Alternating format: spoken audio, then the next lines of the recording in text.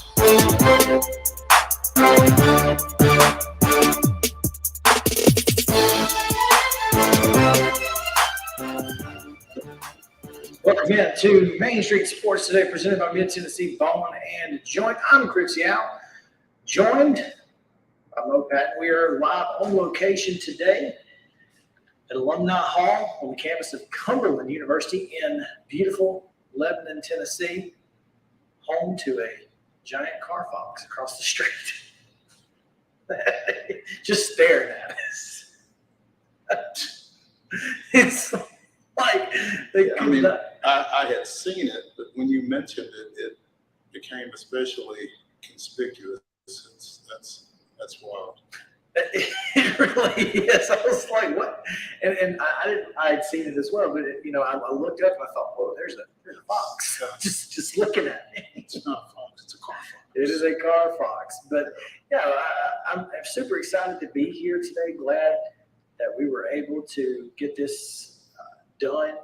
Thanks to the folks at Cumberland for allowing us to be here as the Tennessee Sports Writers Association's Hall of Fame and Awards Banquet will be held tonight, and annual business meeting will also be held. And since Mo is the handler of the business, or at least the moolah, which is the moolah. That's the most important part of the business in most cases. So he had to be here anyway, so figured we'd take a little trip to hang out with our Phoenix friends. And it's a nice little backdrop. It is a nice backdrop. It's a nice building. I love this venue, and it's always a good time. And this is really cool. We kind of wound up over here out of necessity.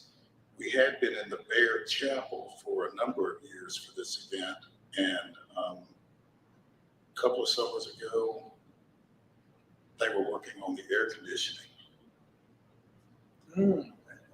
That's pretty vital. Yeah, in the for summer. An event this time of year in Lebanon. So we moved over here where the air conditioning works and have just stayed to this point. I don't know if we'll be going back. The Bear Chapel is one of the iconic buildings, not just on the Cumberland University campus, but in this town. Yeah. And again, I don't know if we'll be going back over here, but this is really nice as well. It houses a number of different offices here on campus as the campus has continued to expand and grow, and this is really nice. And again, we appreciate the hospitality of the folks here at Cumberland for allowing us to be here. And we're going to bring you a great show because Chris Hughes of Fairview fame, now the Nashville head coach of the American Flag Football League, as they'll be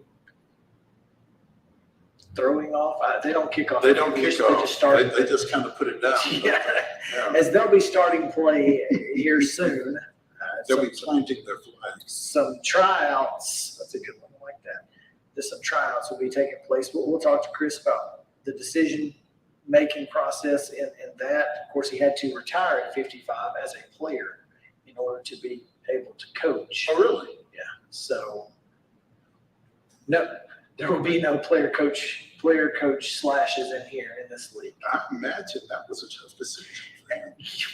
I would think, and I'm curious if maybe Nashville gets to bring the Mean Machine moniker or how that works. So I'm excited to talk to Chris about it. There's a lot of questions that are out there in regards to this. So we'll talk to him in just a minute at Coach's Corner.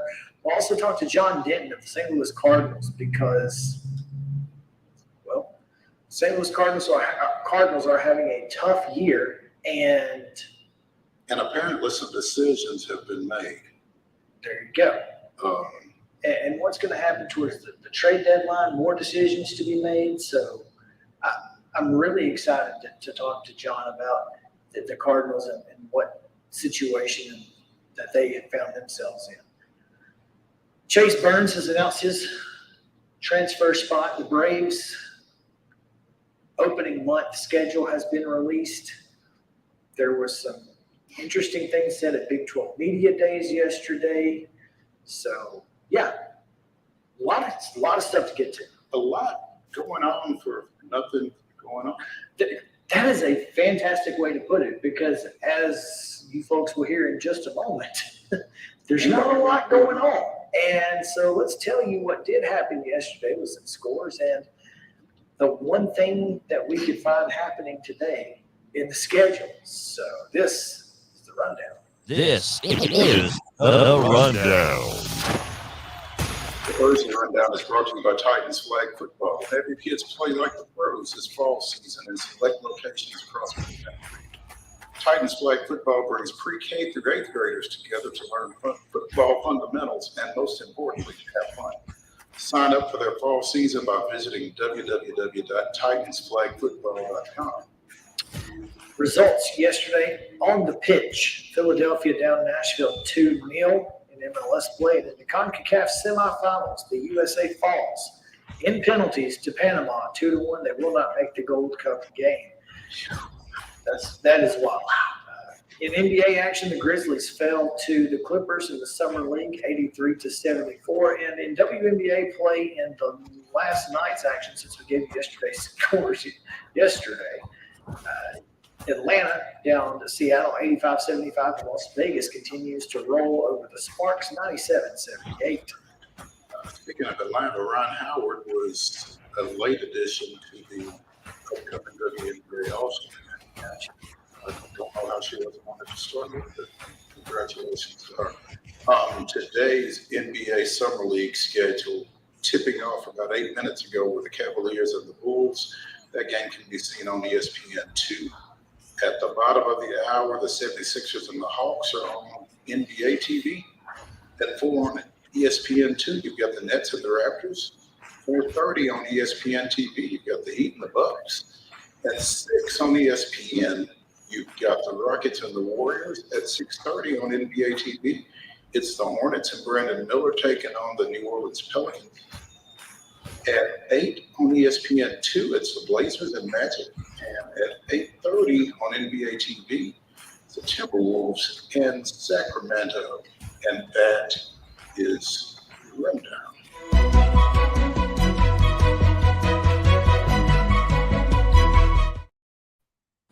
Today's top story brought to you by Piggly Wiggly, Neely's Mill Shopping Center in Columbia. Make sure to go see fine folks at Piggly Wiggly for your fresh cut meats, also their deli and fresh produce. So plenty of great stuff to get at Piggly Wiggly. Voted once again best grocery store in Murray County by our readers. So congratulations to them. And there's a good reason for it. So go see them. My top story today is something we saw, I saw just after we got off the air yesterday. The Titans, well, First of all, there are betting odds for free agent signings, which is ridiculous. Yeah, but you know what? I mean, people will bet on anything. They will literally bet on anything, and this is just proof. DeAndre Hopkins is, well, his betting lines are pretty crazy. And right now, the Tennessee Titans happen to be the favorite at minus 300 odds, which is insane. But even more insane, the next closest team are the New England Patriots at plus, 425? That's insane, too. So it certainly appears that DeAndre Hopkins, based on these odds, is headed to Nashville. Now, the question is, should we be excited about another late career receiver? It's tough, isn't it? It's hard for me to be excited about something that we've seen not work. Now, That the flip being side said- of that is, I don't think DeAndre Hopkins is as old as Julio Jones was when he got here. And with all due respect to Bobby Trees, I think DeAndre Hopkins is a better receiver than Robert Woods. I don't think there's any question there. He is coming off coming off an injury. He played a few games last year in December and January, but for Arizona. But I don't know that DeAndre Hopkins can be your number one. Now, I don't know that necessarily they need him to be a number one. I don't know that he with needs Traylon to be Burks. your number one, which was the expectation for Julio when he came in here. Although AJ turned out to be. Oh, yeah, but again, But also got coming hurt in all of that. So. And, you know, Robert Woods was coming off the injury. I don't think he was expected to be the number one, but this team didn't have a number one. Yeah. And Traylon Burks is certainly the guy they want to be number one long term. You don't take a guy first round And without that all expectation. indications during this offseason have been that he is poised to make that transition. And has taken that seriously, the idea seriously, whether or not.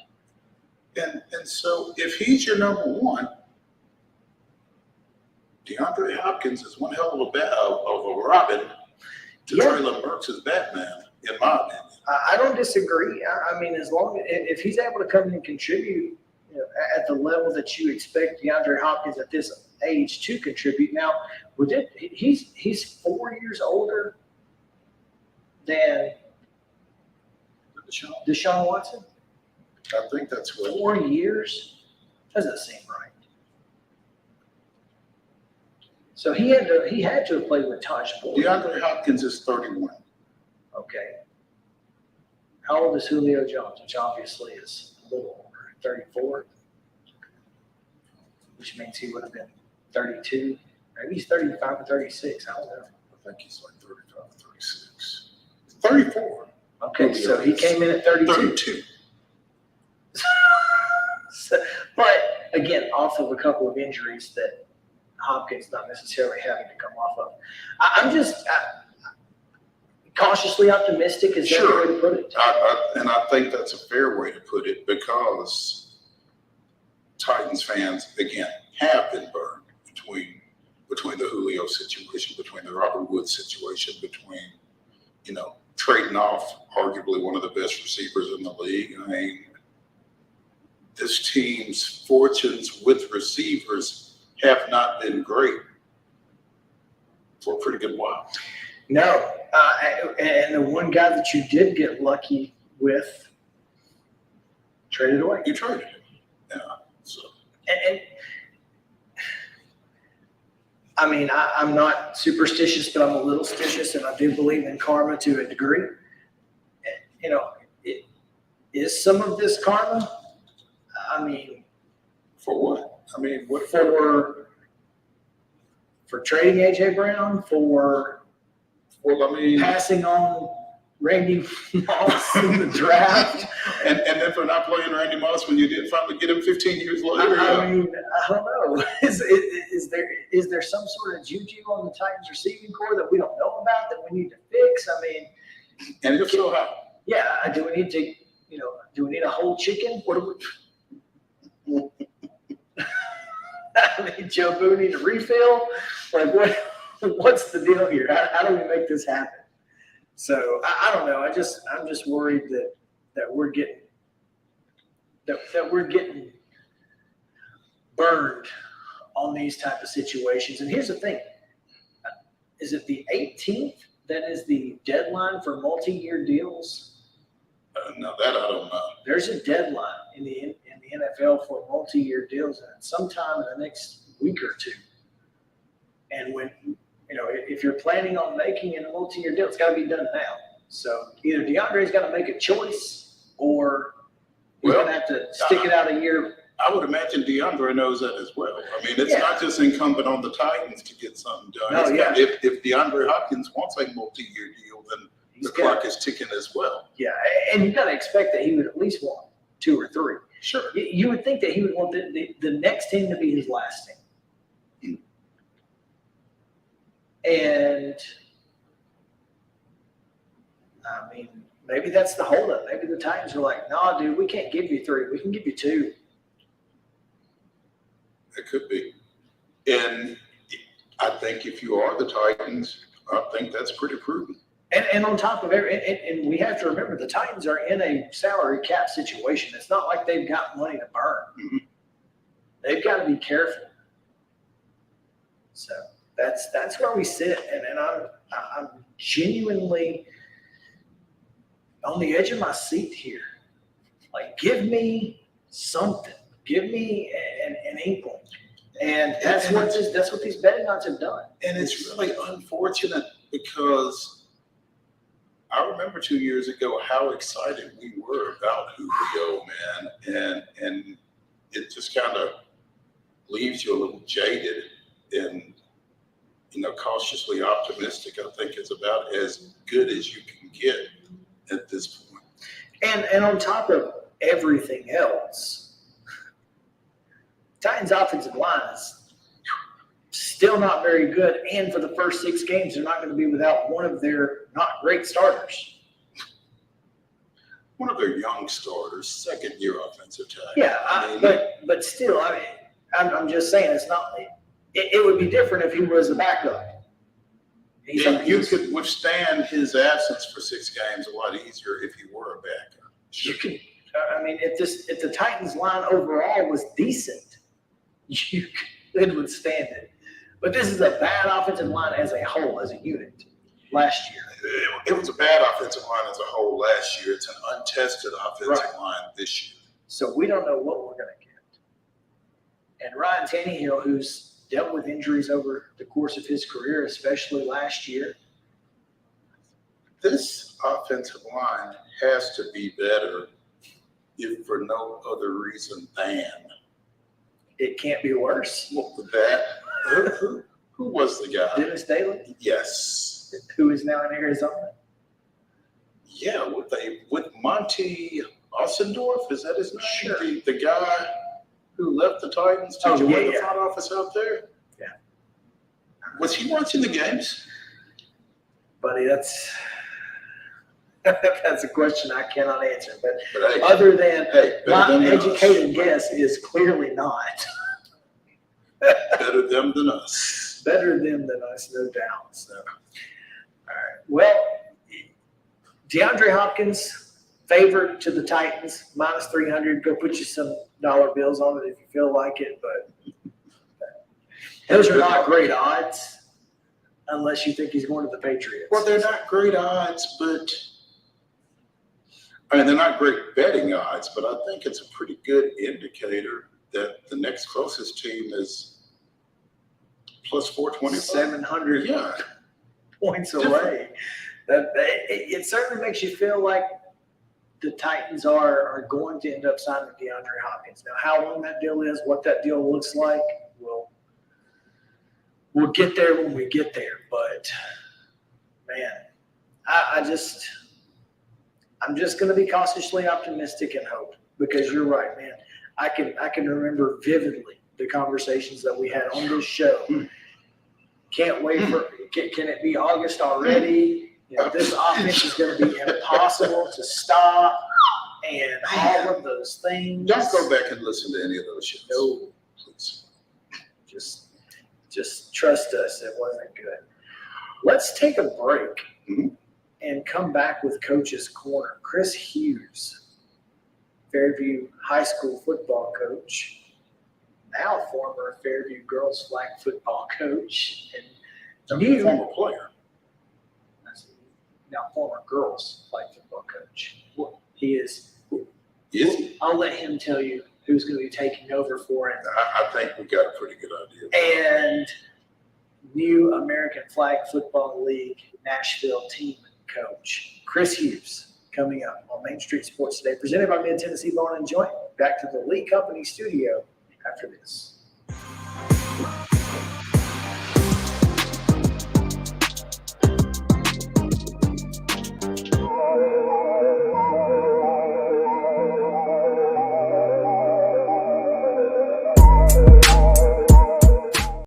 Mid-Tennessee Bone and Joint treats your orthopedic injuries and existing conditions. Our trained physicians will get you back in the game faster. Contact us at 931-381-2663 or www.mtbj.net.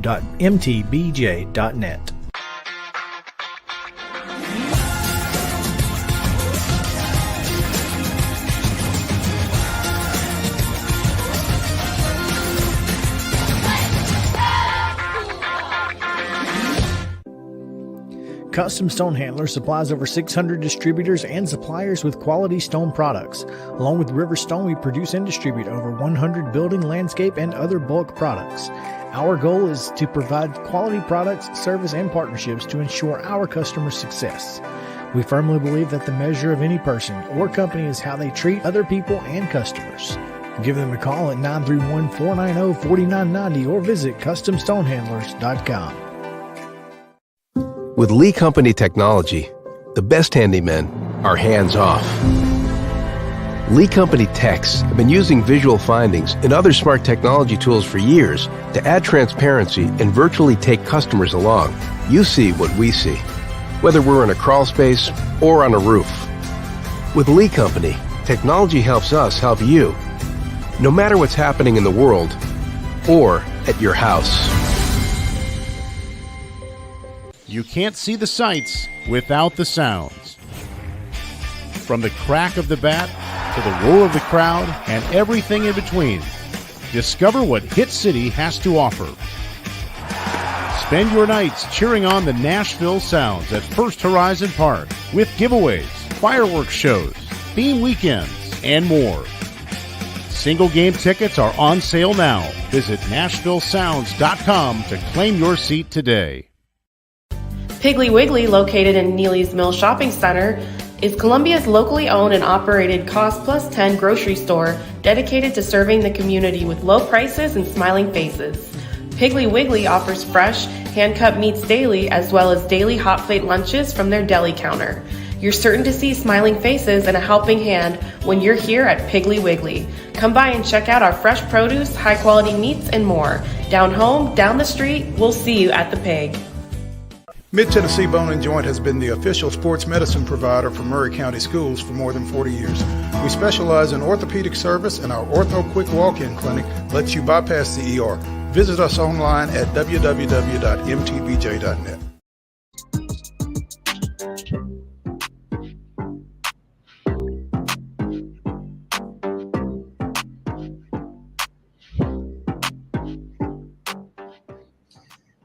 Welcome back into.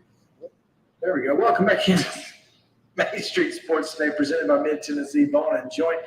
Chris Yow. Nice to see someone else get muted instead. Well, we were both muted, unfortunately, because we go into the same. But I have to mute us, so if we're talking, we don't come through the speaker out here. So that's probably a good idea. Yeah, it's an entire thing. But this is Main Street Sports Today, presented by Mid-Tennessee Bone and Joint. Chris Yow and Mo Patton here on the campus of Cumberland University at Alumni Hall, ahead of the TSWA's Awards and Hall of Fame banquet tonight.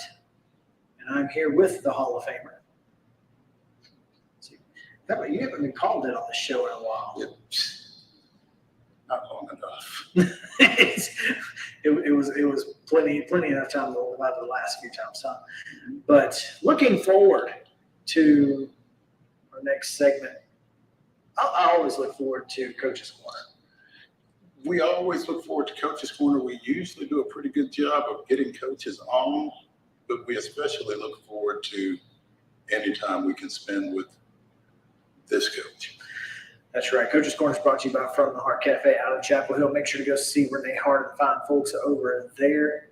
We appreciate their support and their food, as you can tell. Mm-hmm. We go now to the rural Williamson County. Western Williamson County. It's still pretty, comparatively speaking, it's rural.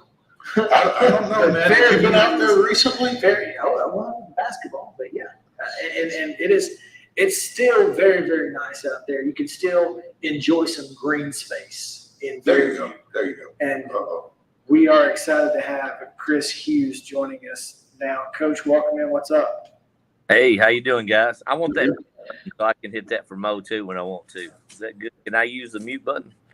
Yeah. No mute button for you. Hey, I see you're wearing your Fairview gear. You're not, AFFL hasn't come through yet? What's up? I got it. We're going to a 7-on-7 tonight, so I'm at the office about to load a bus up and head out in about an hour, Mo. Where y'all going? We're going to Dixon County. Dixon County, Montgomery Central, and us going to have a little three-way 7-on-7, get a little work in. Okay. Good. Well, obviously, congratulations are in order. It was announced earlier this week that you will be one of the 4 coaches as the American Flag Football League institutes a professional league with franchises in Nashville, Las Vegas, Boston, and Dallas. That's right? So, that's pretty big, Chris. I mean, congrats. Man, I'm so excited and blessed, and like it's a dream for me to have pro flag football. A lot of people won't make it to the NFL, but having a chance to play pro football at any, whether it's Germany, Europe, pro flag, arena, anything, Mo, that's football's football. I'm real excited about Nashville getting a franchise. I didn't think that was going to happen, so I've been hoping for this, and now it's fell through. I believe the AFFL is the best thing going in flag football, and they're planning on having some really good players in those 4 locations. Over 1 million people play flag across the country, so if you take the best 45 to 50 on these 4 teams, it's going to be pretty exciting. How long has this been in the works, Chris, professional flag football? Well, since the league started, if you look back at 2000 and was it 2016, 2017? They had the $1 million tournament, and the winners played against the pros, which was Michael Vick, Seneca Wallace. There was a lot of pros that played against the amateurs that won that tournament. And of course, they won the tournament. So the league has been planning a pro league ever since then, and there's been lots of obstacles, lots of hiccups. And now Jeff Lewis, new commissioner Michael Cooper, have got it together and established it. So now we're looking at doing tryouts, and then spring of 2024, professional flag, first time ever. It's going to be really cool. Now, Chris, when they decided on these that they were going to start with 4 franchises, did they pick franchises and then coaches? Did they pick coaches and then franchises? Because I think if you're going to have a franchise in Nashville, there's nobody else in this area more equipped for that coaching position than you. So, I mean, was that, how did they go about settling on where they were going to be and who they were going to have? I think that Brian said yesterday they just fell in love with the city. And Nashville is a great sports town, great place to come for tourists to visit. And the love of football here, whether it's a small college, big college, high school, whatever, is just a great location. We also have some really good players in the Nashville area. So I think all of that went into play, and I think one of the reasons they asked me to coach is so I didn't try to play on one of those things. Well, and that was kind of my thought, was that they had to make sure that you couldn't play in this thing, so they asked you to coach. That was my initial reaction. A consolation, I guess. But my contacts with all the great flag players across the country probably helped, and just our success in AFFL. You know, Mean Machine has been a perennial top 8 team the last 4 years, tournaments and everything they've done.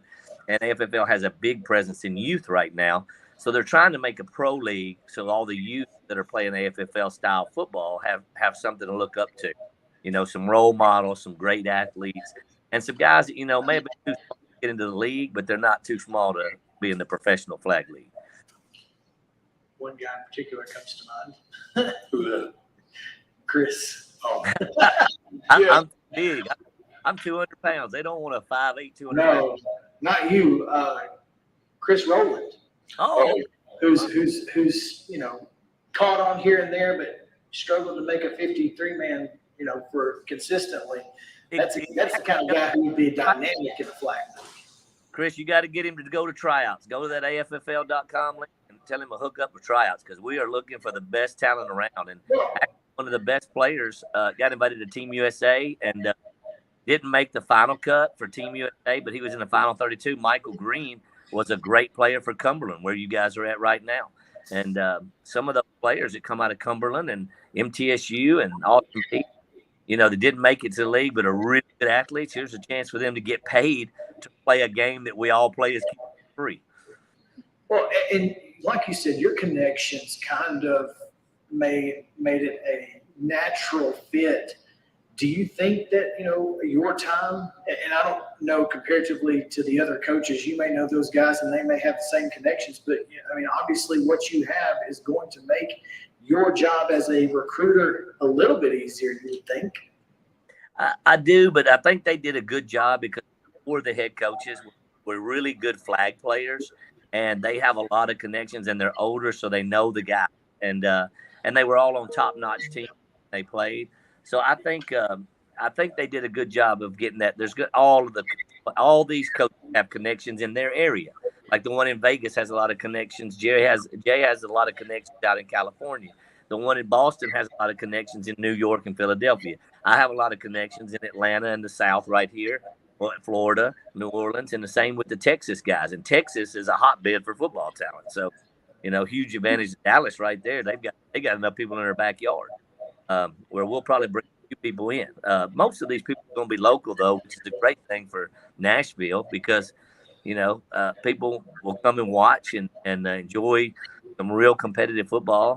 I'm hoping my family will be there every time, and the people that are close to me and these players that played at Cumberland and other places, they're going to bring family and friends to the games too. And I can't wait to see how they market it, how they broadcast it. On the edge, we are just at the beginning of this for spring 2024, but I'm excited to see the product that's going to be put in the field. Chris Hughes, football coach at Fairview High School and newly named coach of Nashville's entry in the professional American Flag Football League, joining us here on Coach's Corner, presented by From the Heart Cafe over in Chapel Hill. This will be a spring league, Chris? Yes, sir. It'll run spring 2024 will be the year. Well, I think they're trying to have a 16 games, I believe, or 12 at different places. Like, we'll all meet in a place most. So, like, 1 week will be games in Vegas. The next week will be games in Dallas. Next week will be games in Nashville. Then the next week will be games in Boston. We're going to do that for 2 rounds. So, if you look at that, it's going to be a really exciting and you know, you may even see 2 games in one day. I don't think all the details. Brian Michael Cooper, the commissioner, would answer all those questions. I'm waiting patiently to find out. I'm not excited. You know, I'm not a big flyer. I'm claustrophobic at height, so I don't want to fly. But this is one of those things where I'm gonna have to bite it and go ahead and get those planes and make those trips.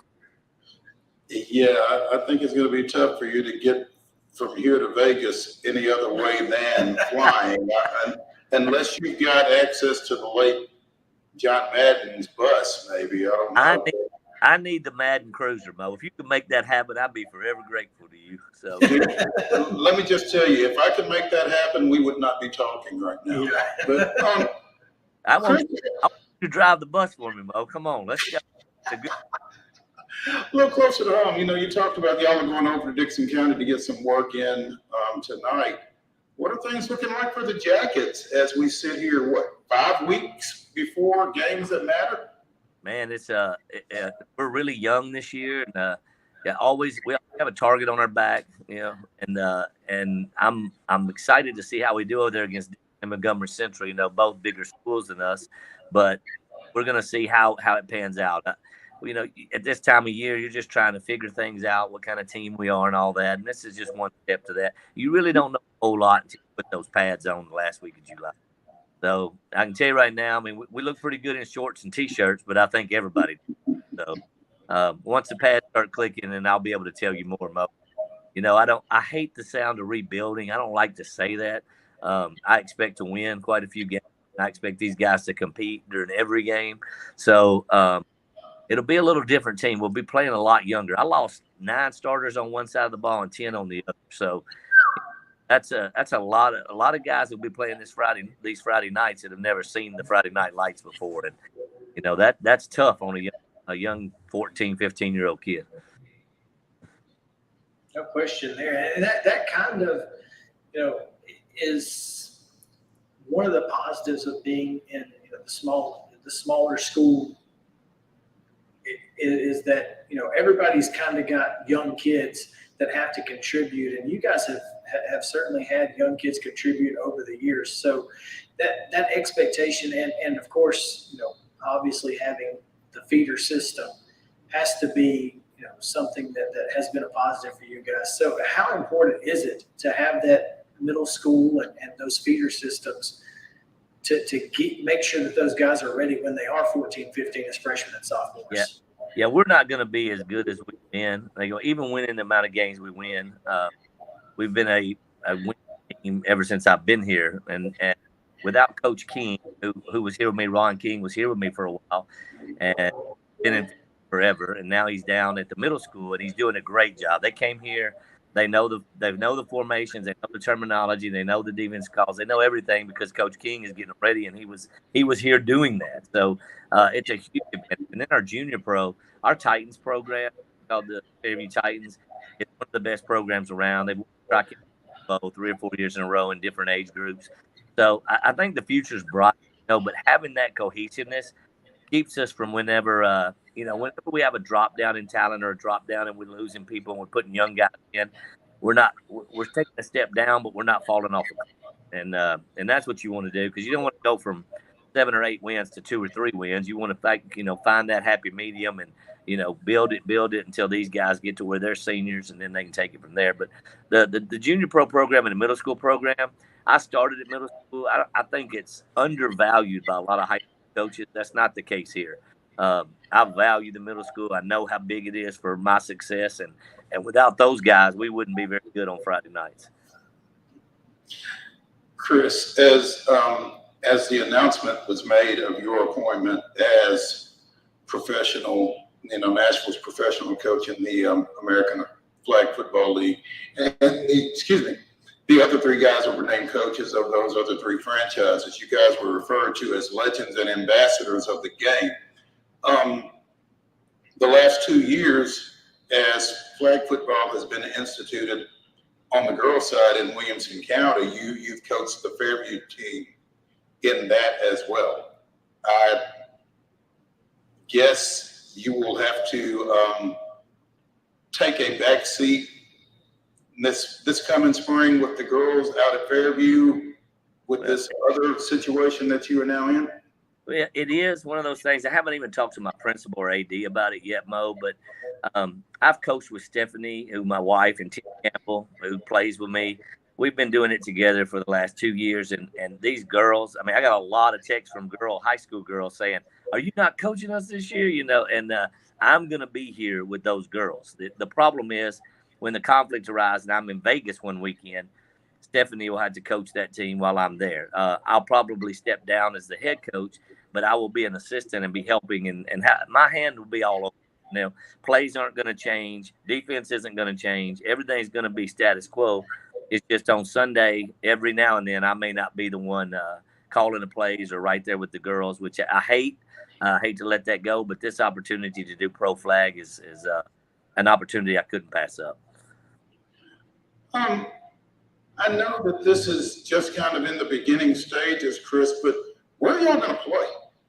That's a good question. Brian Michael Cooper was asked that the other day. Again, all those kind of questions, Mo, I got to refer you to the AFFL. Those people are on top of it and getting it. They're looking at several venues. In fact, Brian Michael Cooper was in town yesterday, looked at several venues. He even looked at Cumberland for tryouts. So he's looking at several places around town. Some of the places he mentioned to me, I don't think he would mind me saying. He's looking around at Vanderbilt's lacrosse field. He's looking at all the way to Nashville soccer field to a smaller venue. Want something 3 to 5. They want to be able to fill the stands. They don't want it to be somewhere like Nissan where it looks empty. So he's looking at several venues and finding places. And I have no doubt AFFL always has great solutions to venues. And the Aviva Stadium in Houston was one of the nicest places I've ever played. And that was through the AFFL also. So I know they'll come up with a great place, but I wish we had more places that were, community places that could be leased out and rented out like that, Mo, because I feel like that's one thing Nashville's missing. We got a lot of baseball, turf fields for youth. We got a lot of things like that, but a stadium, you got to look at the big places almost. But we're not ruling out anything. Brian Michael Cooper's going to find something, and wherever we play, I don't care where it is. We'll be there, ready to go. And I think you'll see it's going to be when it's announced, it's going to be really nice, and people will be able to come, bring their family, and enjoy football on a Saturday or a Sunday evening. Is the quarterback the first or the most pivotal position in flag football? Do you think, Chris? If you don't have a quarterback and a quarterback and a pass rusher, you are going to get obliterated in flag football. You got to have somebody calling the signal to make plays, and you got to have somebody putting pressure on that guy that can cause him to make bad plays. So when you start building a team, you pick quarterback, then you pick rusher. So if we were doing a draft, quarterback's going to be the first pick, and rusher's going to be the second pick. But yes, quarterback is instrumental. And Mo, if you don't have someone as a signal caller, it's the same, I think, at any level. You look at high schools, you look at colleges, the ones with the good quarterbacks are the ones that are winning games. Tom Brady's retired. Maybe we could reach out to him. He might still compete a little bit. It would be great to have some guy that can pull a trigger and just wants to play and compete and have fun, that played in the league or that almost played in the league like that. And these tryouts coming up, there's no telling who will come out. I mean, you get paid to play flag football. I mean, you would not want that opportunity. I expect to see you out there in your cleats, Mo. Nobody wants that. Nobody wants that. You and I spent a little time together on some softball diamonds, but that's been a lifetime ago. And Mo, you're not gonna believe this. I'm playing in the ISA State this weekend. Can you believe that? I haven't played softball in a while, and they called me and I said, "Man, look what you're getting." So I'm gonna move to Canada though, but I'm gonna play some softball this week. Stretch. Yeah. Stretch. I'm not beating out any throws to first. I got to get a good, clean hit. That's for sure. Yeah, it's got to be on the grass. I hear you. I might get thrown out from there too. So better make sure it's left field. Yeah. Third baseline, right down the line where I can beat the left fielder's throw to first. That's what I do. Wow. Yeah. Good luck with that. We'll check back Monday and see how you survived. We may not be able to check back Monday. Well, we can check. He may not be able. Yeah. I'll be limping into football practice Monday morning. Oh, Chris, man, we appreciate you taking time with us. This is great, and congratulations once again. I'm looking forward to it. I'm a minor league football junkie, so stuff any kind of football in the spring, I'm in. And flag football just seems like a lot of fun to go watch and be around. So I'll definitely be out there. Looking forward to seeing you guys. Well, listen, I know you got connections in certain places. Mo, you know a lot of people out in Perry County, the Dre Halls and the people like that. Tell those guys about this and come out. This is a great chance for some guys that y'all know, still good athletes, to be able to play and get paid. And it's going to be really fun, and getting an extra paycheck in the summer, being able to keep your normal job. That doesn't happen too often. No, it doesn't. We'll pass that along, man. Appreciate you. Have fun down in Dixon tonight. All right. Thanks, Mo. Thanks, Chris. Appreciate y'all having me. Yes, sir. Chris Hughes here on Coach's Corner, presented by From the Heart Cafe out in Chapel Hill. We'll take a break. When we come back, baseball chatter, plenty of to talk about. Chase Burns, Braves schedule has been released for the first month next year, and Rob Manfred wants to keep his job. Will he? Should he? We'll talk about it right after this on Main Street Sports Today, presented by Mid-Tennessee Bone and Joint. Back to the Lee Company studio right after this.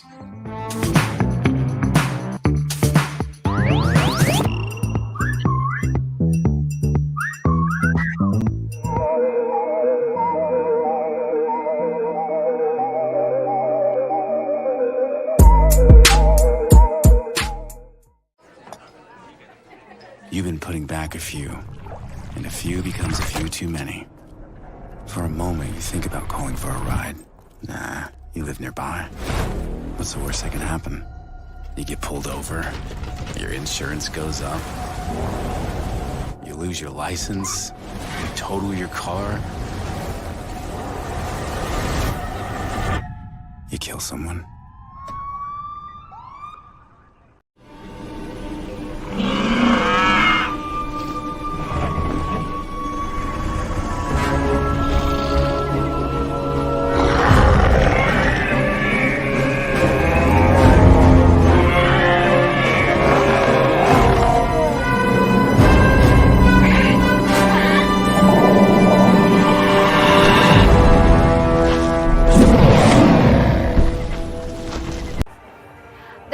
Better than drinking an ice-cold beverage while taking in a Nashville Sounds baseball game. Hi, I'm Stephanie Miller with Mornings on Main Street. The Nashville Sounds and Main Street Media Television have teamed up to promote Sunday Family Fun Day here at First Horizon Park, each Sunday home game. Just go to your favorite Main Street Media website and click on Sounds Main Street Media Day banner to register to win free tickets. And then we'll see you here at the ballpark. Tired of hanging lights every year? We get it. That's why Southern Nights is here to help. We install programmable lighting on your home or business so you can enjoy beautiful, customizable lighting all year round. No more ladders, tangled lights, or cold nights outside. We do the work, you do the celebrating. Call Southern Nights today and take the hassle out of holiday lighting forever. For a free quote, give us a call at 931-241-3074 or visit our Facebook page at Southern Nights.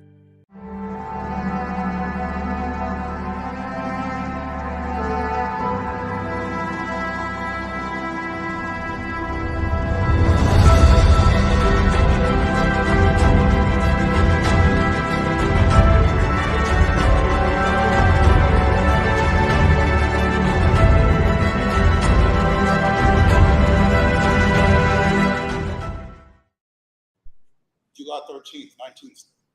Sorry. I'm not used to having to do that.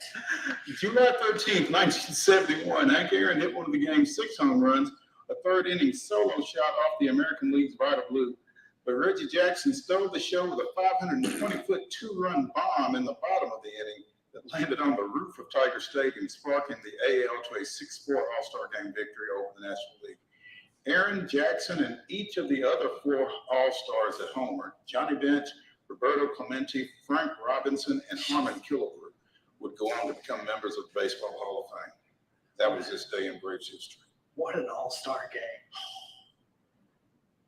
Imagine being there. God. 520. Tower shot. Yeah, I mean, to put that in perspective, the longest home run in the majors thus far this season was Shohei Ohtani's 497-footer right before the break, I think.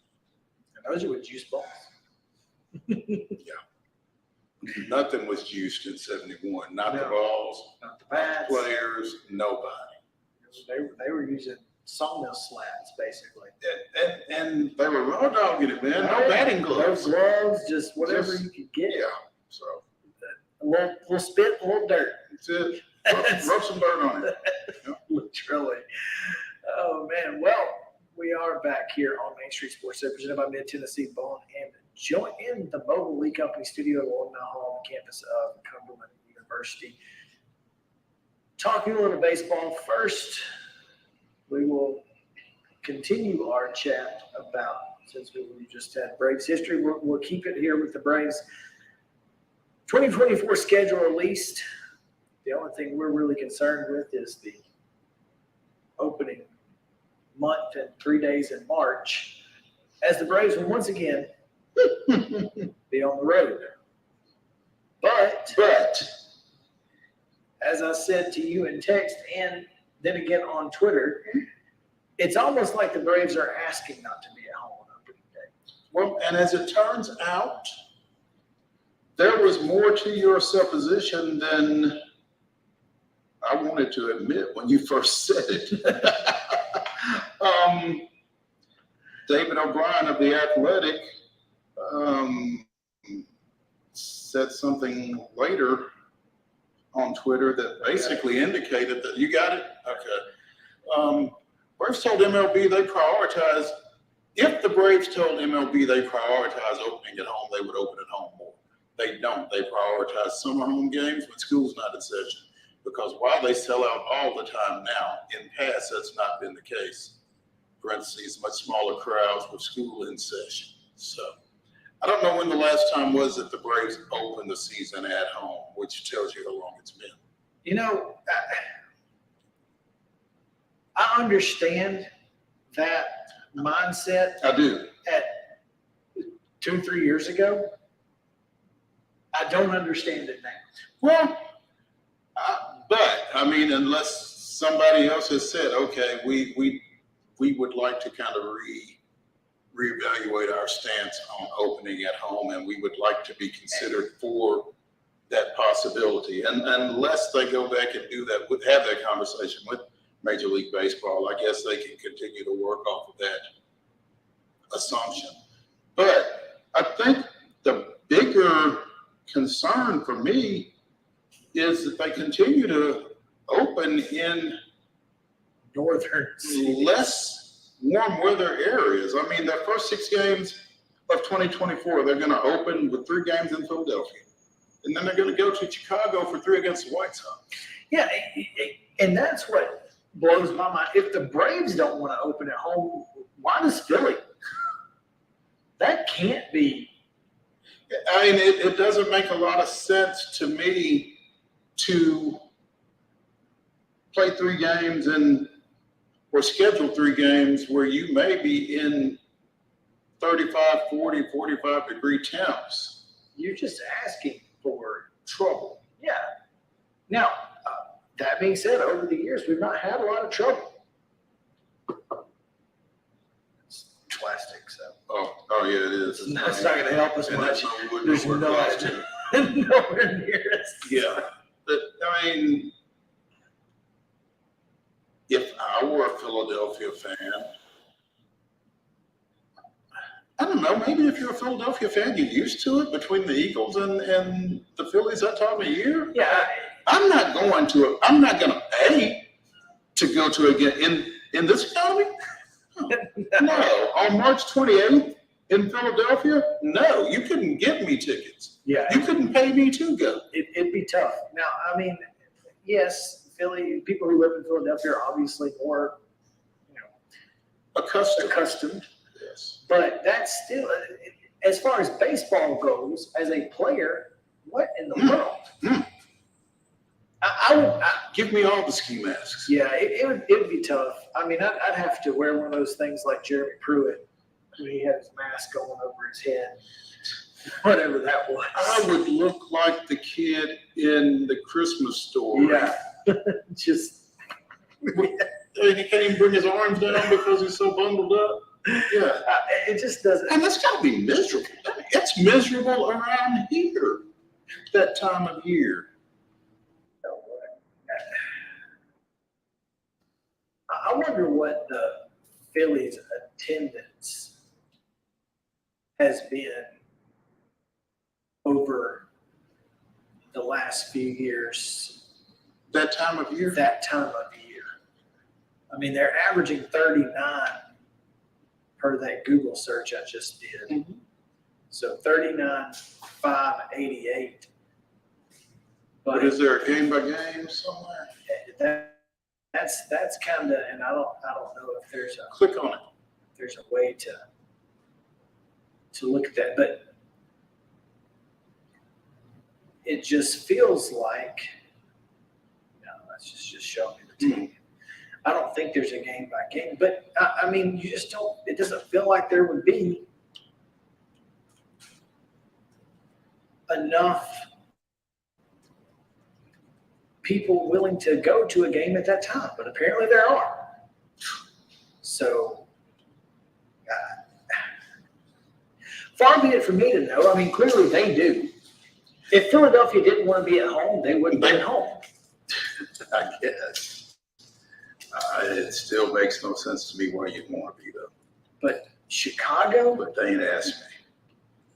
At least, like you said, at least it's the South Side.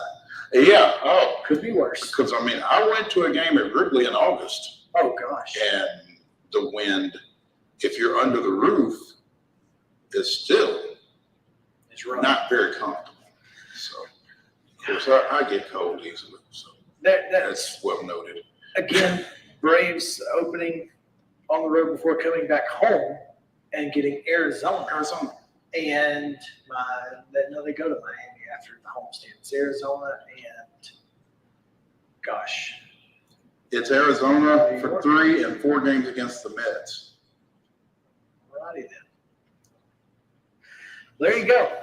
Braves on the road for the first 6 before coming home for a weekend set, and then 4 against the Mets in April of next year. Rob Manfred wants to keep his job as commissioner. Will he be elected? Yes. Yeah. Should he be elected? They ain't asking us. They're not asking us. They're I asking mean, people. it's the team owners that get to make that decision. And for whatever else he may have done to baseball, he has,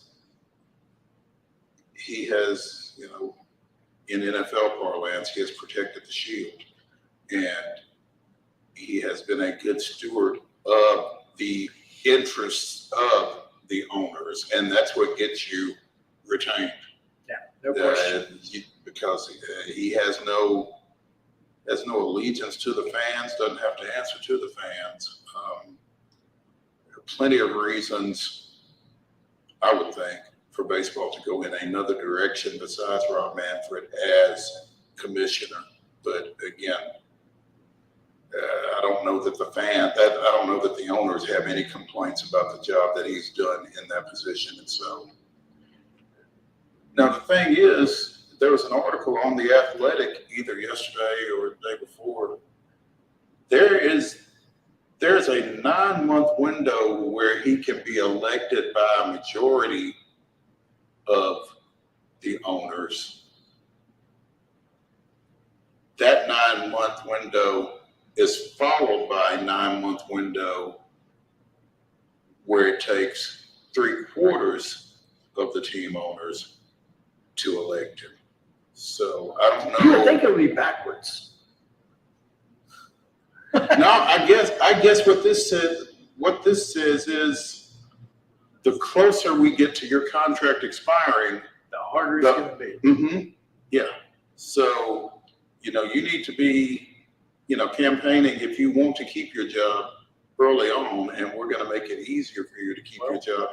If I don't know what triggers the vote. It's like, I guess, is it just a regular motion at the quarterly meeting? No. Make a move, we retain Rob Manfred, extend his contract. And then it dies for lack of a second. That you got problems then. You know who might know? John Denton might know. John Denton might know. I have to ask him on the other side of the break. But before we go to break, Mo, Chase Burns has announced his new next stop. Yeah, I don't think it's the black and gold that some expected. I don't think he's going to be wearing gold. He's going to be wearing black, but it's certainly a unique destination, in my opinion. But Chase Burns announced he's going to Wake Forest. Though, I've got a friend who's got a friend who. You say he's just a friend. I know someone who plays at Wake, transferred there from Tulane, is a pitcher. And everybody marvels at this pitching lab that they've got. Yeah, I don't know enough about it to know, but apparently it's a pretty big deal. Yeah, I think the pitching lab probably was one of the main decision-making points for Chase Burns. I'm curious if, and we all know 21, 22-year-old kids and social media and peer pressure and all the things that go in with that. I wonder how much of the social media, he's going to LSU because they're paying him all this money. I wonder if that played against LSU. I mean, obviously, you're going to do what's best for you in the end, but you're just talking about a 21, 22-year-old kid who's going to say, well, I'm not going to LSU just because everybody said I was going to go to LSU. Well, I think you kind of get into a cutting off your nose to spite your face type situation there. You could. I mean, if he was going to go to LSU, I don't know that what everybody else is saying about me going to LSU would stop me. Well, if you've got options, though, and he clearly had options. Oh, he could have gone to literally any school in the country would have taken a scholarship from somebody to give to Chase Burns. At least 0.7. Period. Yeah. The Wake Forest Pitching Lab is the biomechanics evaluation destination for pitchers at every level of the game. Our state-of-the-art facility, cutting-edge technology, and expert staff enable us to perform a comprehensive evaluation and analysis of a pitcher's mechanics and develop customized training programs aimed at reducing the risk of injury and enhancing performance. Well, if you're a college pitcher, number one is reducing injury. Number one, that is because you want to maximize your earning potential, and can't make the club in the tub. There you go. So let's take a break and come back with MLB.com's St. Louis Cardinals writer John Denton. He'll join us to talk about the Cardinals right after this on Main Street Sports Today, presented by Mid-Tennessee Bone and Joint. Come back to the Lee Company studio with us.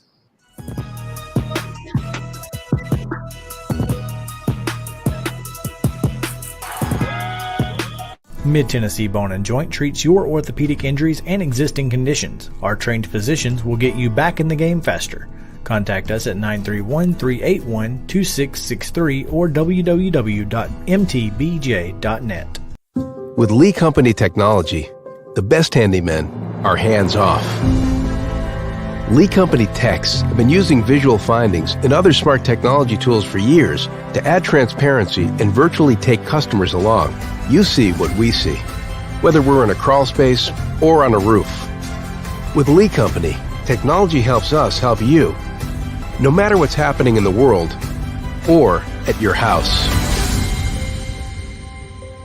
Jones & Lang Sporting Goods here in Columbia has been outfitting teams, officials, and anybody else from T-ball to college for 50 plus years. Be sure and check them out at 931-388-8060 or online at jonesandlang.com. Jones & Lang Sporting Goods, the look of a winner. Zion Christian Academy, zioneagles.org or 931-388-5731. You can schedule your appointment. Go tour their campus. It is beautiful over there, and you're definitely going to want to see it. Again, it's zioneagles.org. Give them a call, 931-388-5731, and schedule your tour today. Did you know that up to 80% of us will experience back or neck pain during our lifetime? Many of you are offered surgery or addictive pain pills to relieve your chronic pain. At the Dr. Gill's Center for Back, Neck, Chronic Pain Relief, we have been leading the way to better health, naturally, and have helped tens of thousands of people right here in Middle Tennessee for the past 30 years. I came to Dr. Gill about 10 years ago after my local doctors recommended surgery. I knew about Dr. Gill and wanted to see if he could help me. 10 years later, I am pain-free, no surgery, and no pain pills. Surgery is scary, and over 40% of all back surgeries fail, creating a cycle of surgery and pills. There is a safer solution to your chronic pain. Make the call to the Dr. Gill Center for Back, Neck, Chronic Pain Relief today and get your life back. This office visit is normally $299, but call today and receive your initial consultation, report of finding for just $49. But hurry, this offer won't last long. Call 615-768-8743. That's 615-768-8743. A game without a crowd is just a scrimmage. A performance without an audience is just a rehearsal. Without your presence, high school sports and the performing arts aren't possible. Ensure that these essential extracurricular activities continue to enrich the lives of students in Tennessee. Purchase a ticket to your local high school's game or performance. This message presented by the TSSAA. You can't see the sights without the sounds. From the crack of the bat to the roar of the crowd and everything in between, discover what Hit City has to offer. Spend your nights cheering on the Nashville Sounds at First Horizon Park with giveaways, fireworks shows, theme weekends, and more. Single game tickets are on sale now. Visit NashvilleSounds.com to claim your seat today.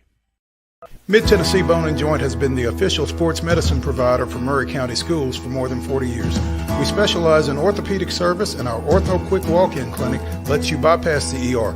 Visit us online at www.mtbj.net.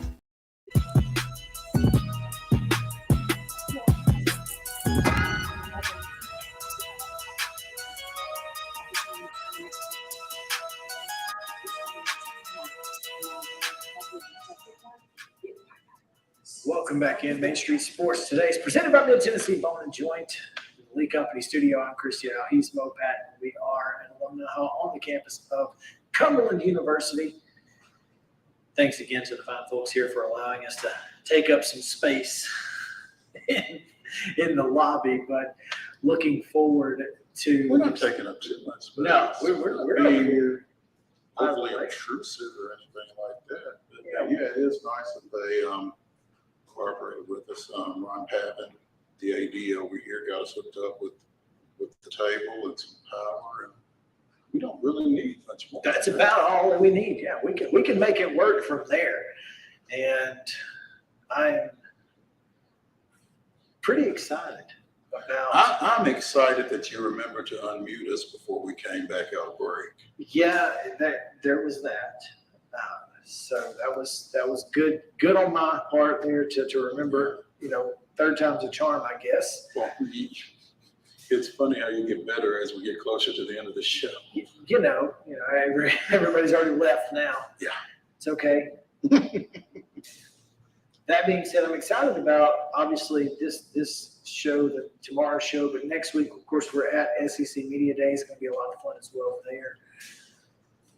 But I'm excited about this segment. As much as we talk about the Braves, we have to remember that here in Nashville, we are a melting pot of baseball. Yeah, I mean, if you drew a Venn diagram. Yeah, Venn diagram. Yeah. Free candy. No. If you drew a Venn diagram around, say a Braves country, 6-hour radius of Atlanta, Cincinnati, and St. Louis, it would all kind of intersect right here.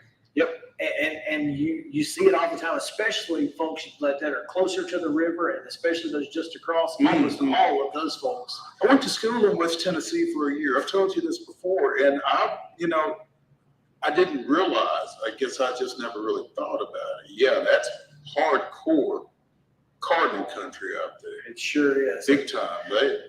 They don't care anything about the Braves. No. Braves, who are they? Who are they? Yeah. That's just somebody. Well, at the time, that's just somebody else that they beat. Yeah. So that's not been the case yet this year, and that is one reason that we feel a little more comfortable bringing on MLB.com's John Denton to the show. And John, thanks for joining us, man. We really appreciate it. It's been a tough year out in St. Louis. Yeah, definitely. Thanks guys for having me. But yeah, it's been a tough year in St. Louis. The fans up here aren't used to it. They don't know how to handle it. Fans in West Tennessee are the same way. They're irate. They're not used to having losing seasons. They've had 15 straight winning seasons with the Cardinals. So their fans are not handling it well right now. They are not handling it well. I've been in contact with a few over the course of the first half of the season. They are not handling it well. I will say this, though, John. I think they are getting, at this point, a little more resigned to their fate, maybe. Yeah, Mo, a couple of weeks ago, we were in London. The Cardinals were playing the Cubs, and the president of baseball operations, John Mozeliak, he told us, look, we're not tearing this thing down. We're going to add to it. We're not going to blow it up.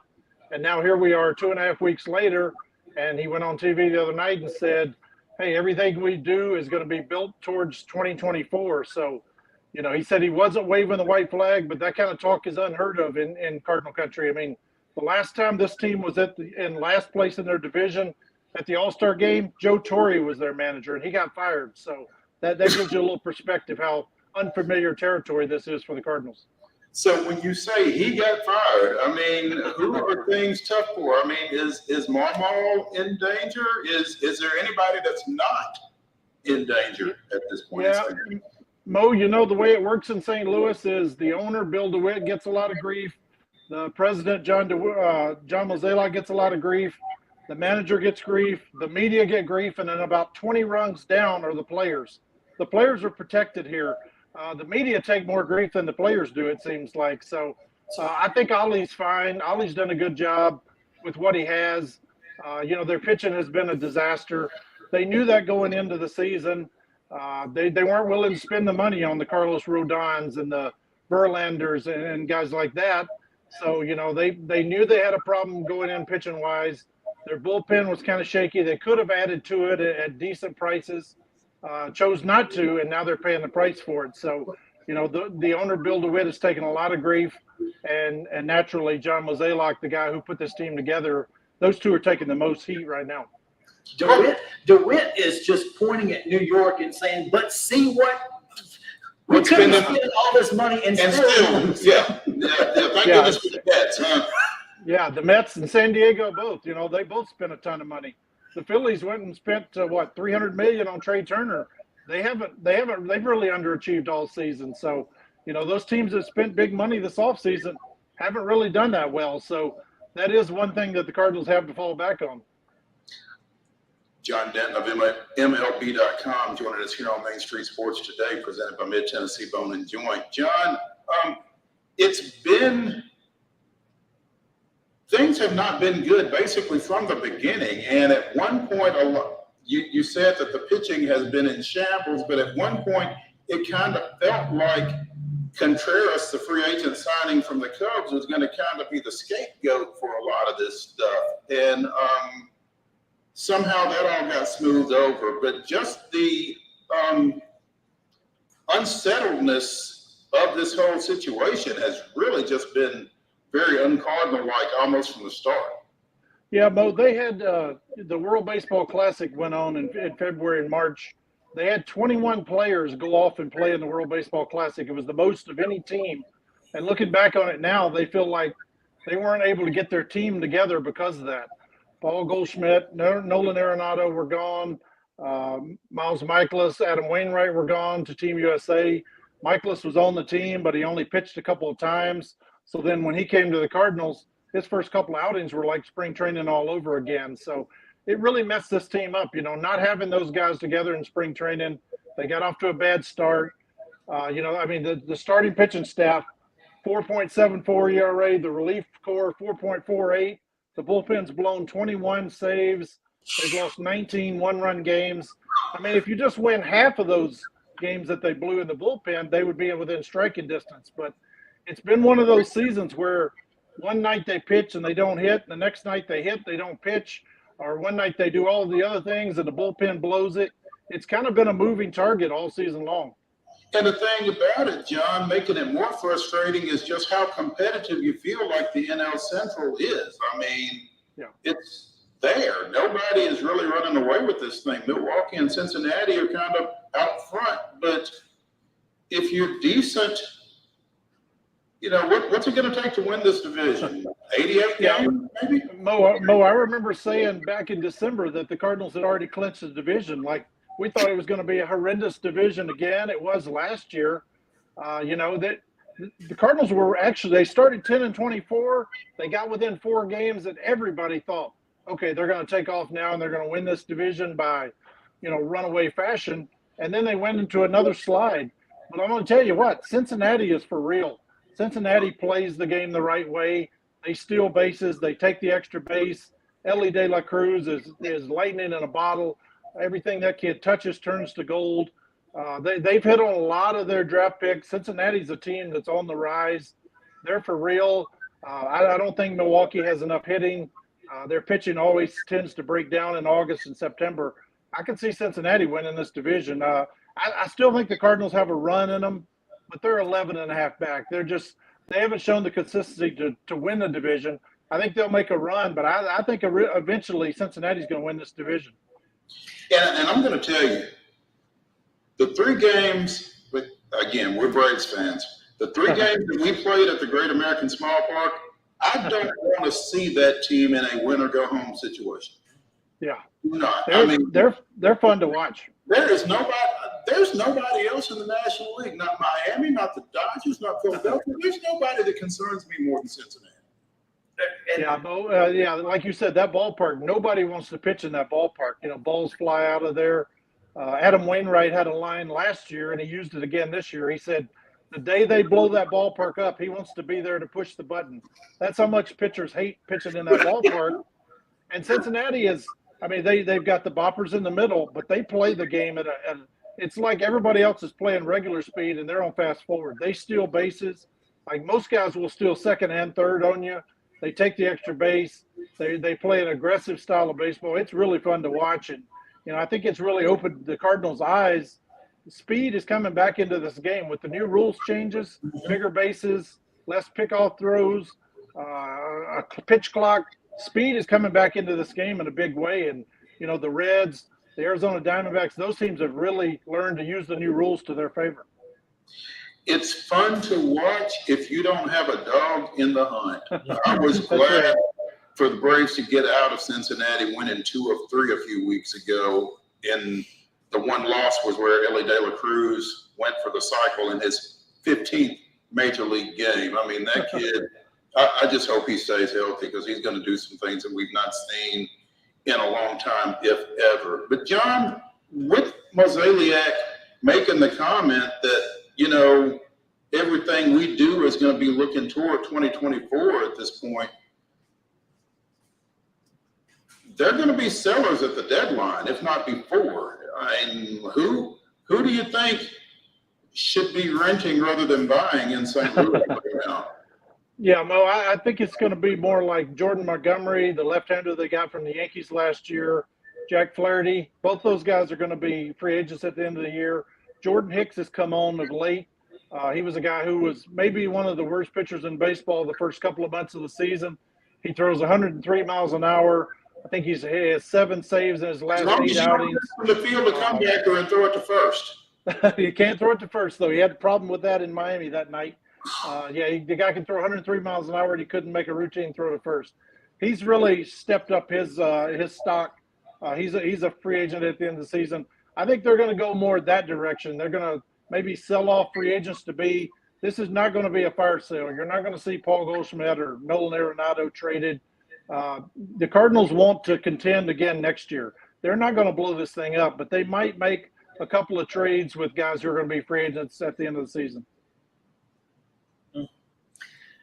Jack Flaherty's that is a heck of a name, especially with his high school teammate set to make another rehab start this weekend. But that's interesting. And like you said, John, this is a situation that the Cardinals have not found themselves in a long time.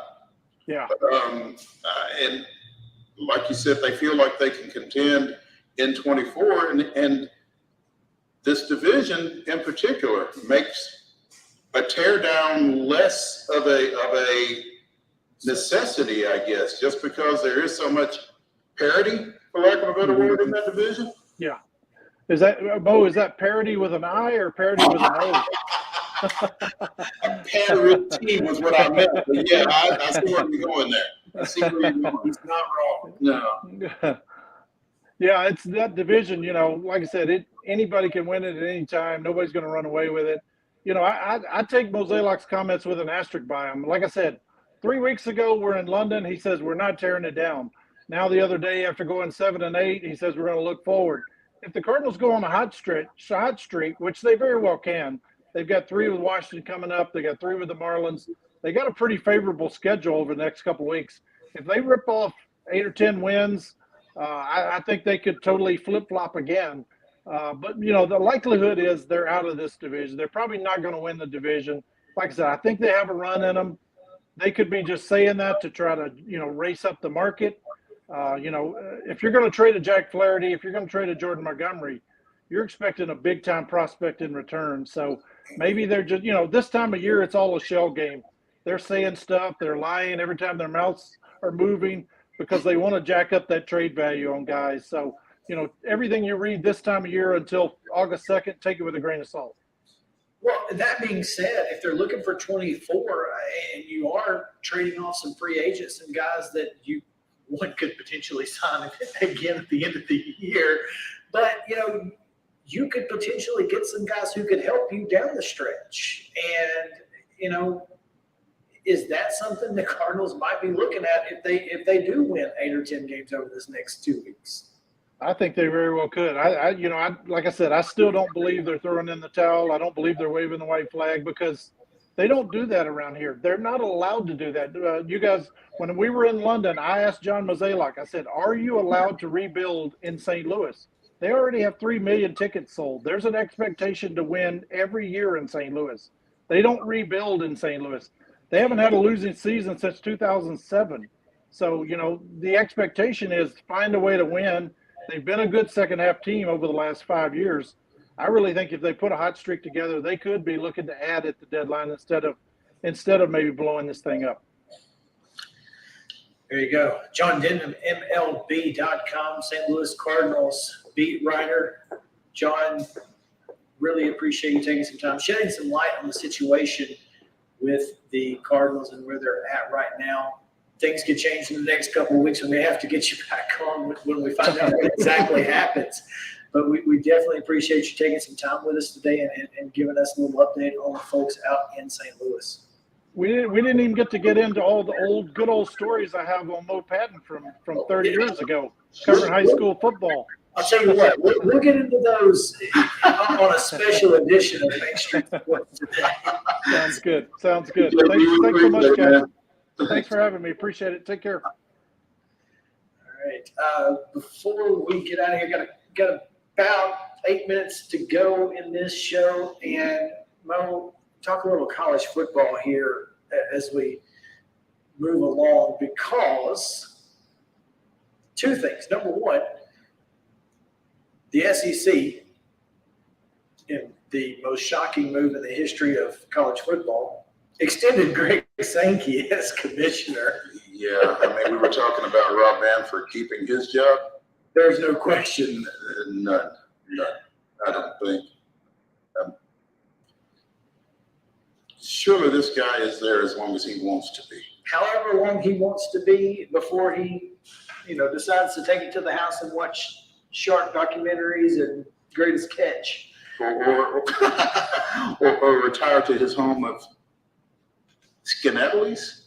I have no idea how to say it. Yeah, we'll have to get schooled up by him again on that one next week. But it didn't stick. Yeah, Greg Sankey is going to be the commissioner of the Southeastern Conference for as long as he would like to be.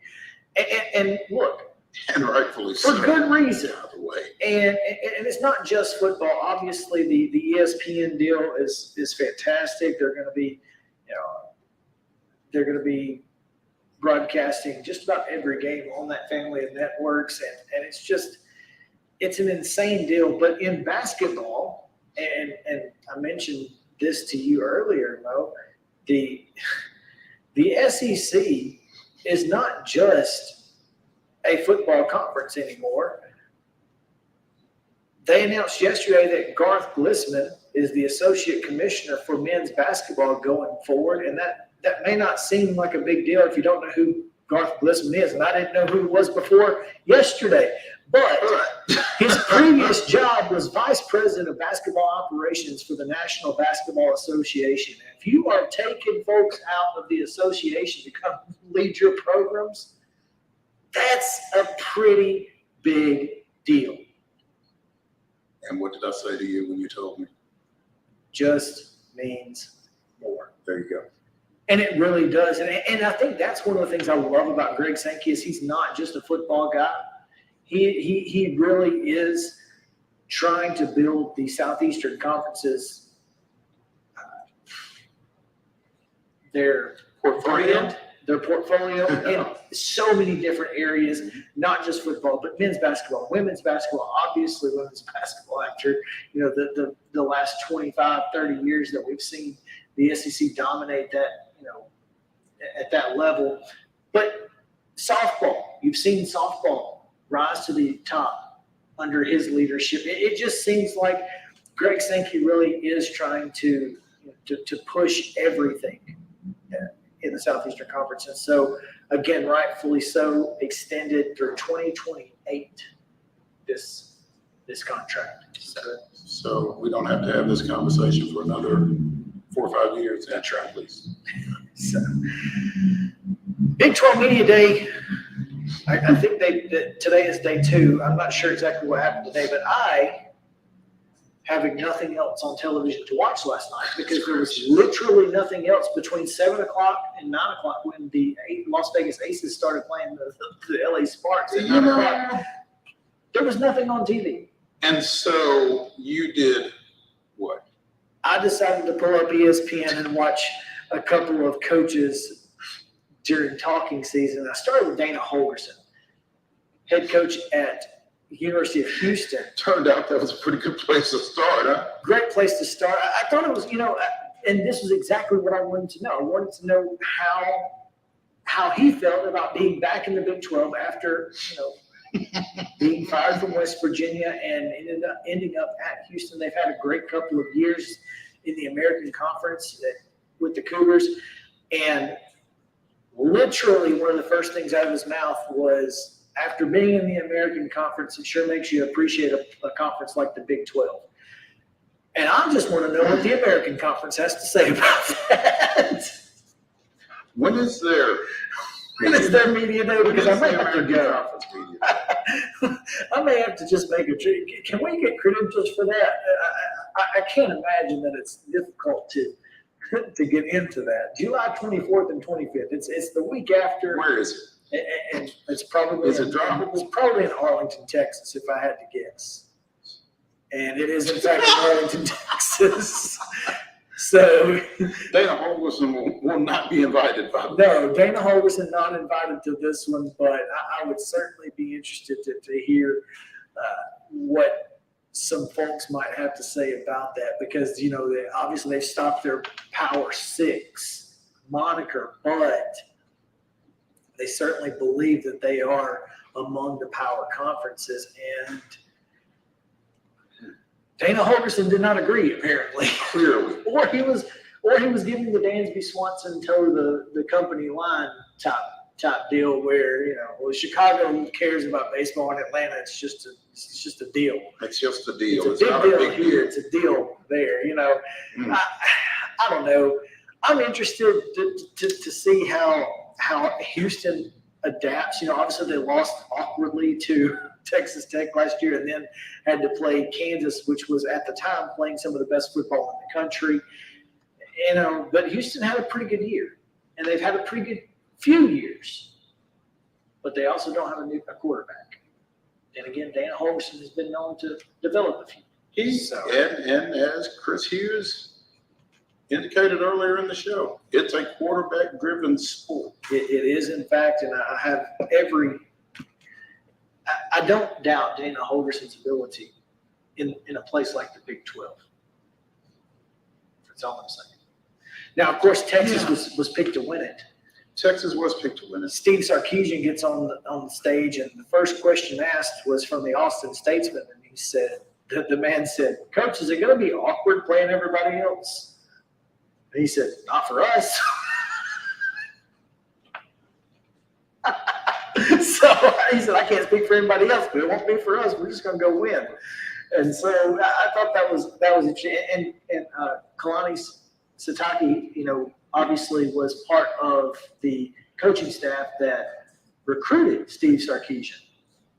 So that's going to be an interesting little sidebar storyline this year, I think. There's going to be all sorts of sidebars and storylines in the Big 12.